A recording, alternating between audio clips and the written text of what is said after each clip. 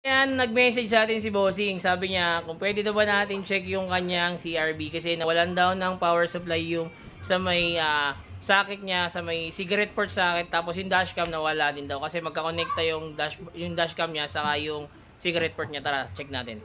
So ito na nga, pinuntahan natin si Bossing para check natin yung kanyang CRB. Tara, samahan niyo ako. Let's go! Biyahe na tayo! So, ayan yung CRB.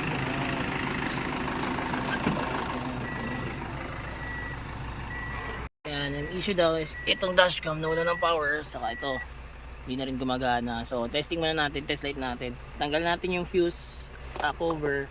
Ayan, search natin yung dito kung alin yan. So yung cigarette port yung nawala, ito yung cigarette, ito. Ayan, so hanapin natin, trace natin siya dito. So syempre kailangan mo na ito, test light. Ayan, kailangan ito ng test light. Ayan, bilangin mo kung pangilan yun, pang-anim. So trace natin, ito siya. Ayan, double check natin sa ito yun. So on nyo dapat muna yung susi para makita nyo kung may power yan. Ayan, tapos on nyo yung susi para malaman nyo kasi kasama yun sa accessories or sa ignition. Ayan, so check natin dito yung fuse. Ayan, binilang natin kanina, ito siya. Ayan, so ayan, kung mapapansin nyo wala siyang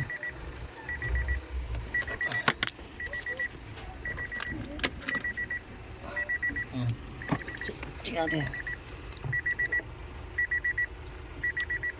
Ito, ayan, kung mapapansin nyo itong isa hindi umilaw kung sinundot natin, pero yung kabilang part niya pag sinundot mo, ayan, umiilaw siya. So ibig sabihin ito yung busted, papalitan lang natin to. Okay, papalitan na.